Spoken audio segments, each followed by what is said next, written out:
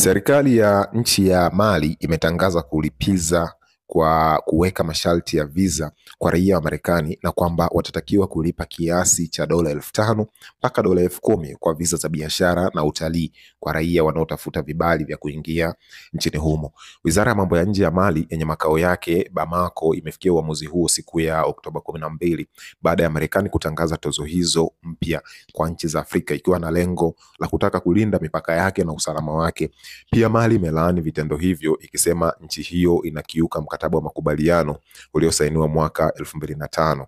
Taarifa iliyotolewa na wizara hiyo imesisitiza kuwa Mali imekuwa ikishirikiana kwa karibu na Marekani kudhibiti uhamiaji usio halali kwa kuzingatia sheria na kuheshimu utu wa binadamu, na mzozo huu unaibua mvutano mpya kati ya Bamako na Washington.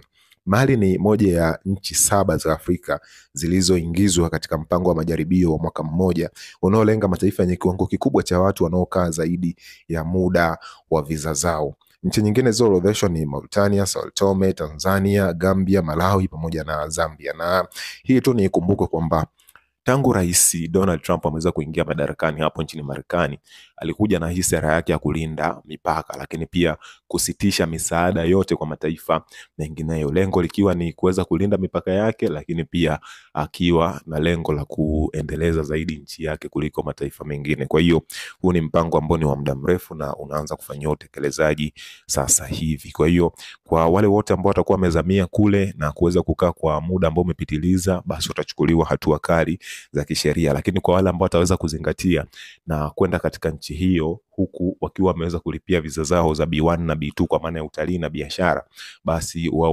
wakirudi kwa wakati wataweza kurudishiwa fedha zao. Kwa hiyo Mali ni kama vile analipiza kuona kwamba kwa nini Marekani yeye afanye hivi na sisi tusiweze kufanya chochote. Kwa hiyo ni kama vile analipiza, na huo ndio msimamo wake. Swali tujiulize, kwa mataifa yetu labda Tanzania, Malawi, labda na Zambia, ikiwa ni miongoni mwa mataifa ambayo yameweza kuzuia, tuna uwezo wa kufanya hiki kitu kama ambacho Mali amefanya? Basi tuambie hapo chini kwenye comment.